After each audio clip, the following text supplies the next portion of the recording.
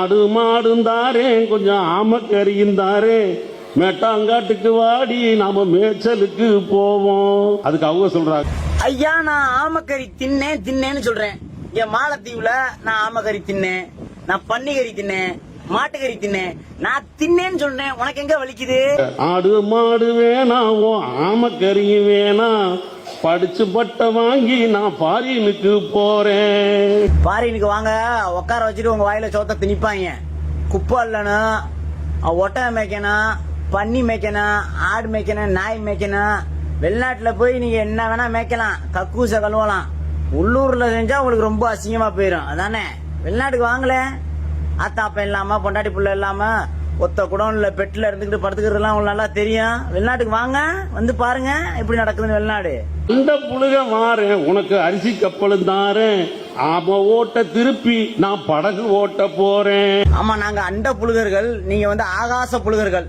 நீட்டை ரத்து செய்வோம்னு சொல்லுவீங்க, டாஸ்மார்க்க ஒழிப்போம்னு சொல்லுவீங்க. ஆனா நீங்களே காய்ச்சி எல்லா வாயிலையும் ஊத்தி அது நாட்டுக்கு வீட்டுக்கு உயிருக்கு கேடுன்னு போடுவீங்க. அப்புறம் போதையின் பாதை பக்கம் யாரும் செல்ல வேண்டாம் அப்படிம்பீங்க. அப்புறம் நாய்கள் மாதிரி வாகனத்துக்கு பின்னாடி எல்லாம் ஓடுவீங்க. நீங்க வந்து நல்லா புழுகுவீங்க. நாங்க அண்ட புழுகம், நீங்க ஆகாச புழுகம். சரி, அப்புறம் AK-74 அதில் செய்ய போறது போரு, திரள் நிதியும் குவியும் பாரு, நாம திங்க வேணும் சோறு. திரள் நிதி பண்ணி தான் அரசியலே நடத்துறான். ஆனா நீங்க நிதியை கொடுத்தானே மக்களையே திரட்டுறீங்க.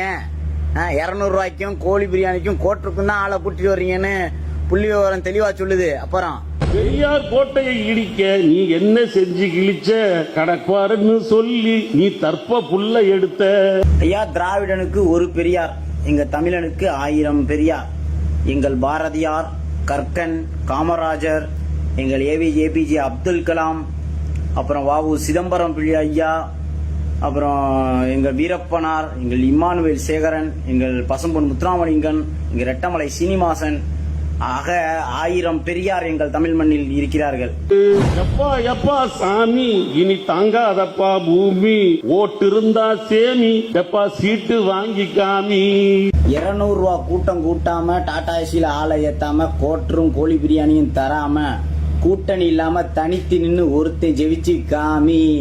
அப்புறம் வந்து பேசு எப்பா எப்பா சாமி. சீமான் மாநாடு ஓட்டு போட வருமா ஆடு மாடு? ஆடு மாடு ஓட்டு போட வராது, உன் கோட்டை அங்கே இடிஞ்சு விழுகும். ஐயா, ஆடு மாடு இல்லன்னா அதோட உரம் இல்லாம வயலுக்கு கெமிக்கல் உரத்தை கொண்டு போய் போட்டு எல்லாம் நோய் வந்து புத்துநோய் வந்து செத்துக்கிட்டு இருக்கியடா. ஆடு மாடு இல்லாம எப்படா நீ பொழப்ப? ஆடு மாடு இல்லாம எப்படி பொழப்ப? பால் எங்க இருந்து வரும்? மோர் எங்க இருந்து வரும்? தயிர் எங்க இருந்து வரும்? எண்ணெய் எங்க இருந்து வரும்? நெய் எங்க இருந்து வரும்? ஆடு மாடு ஓட்டு போட வராதாமே.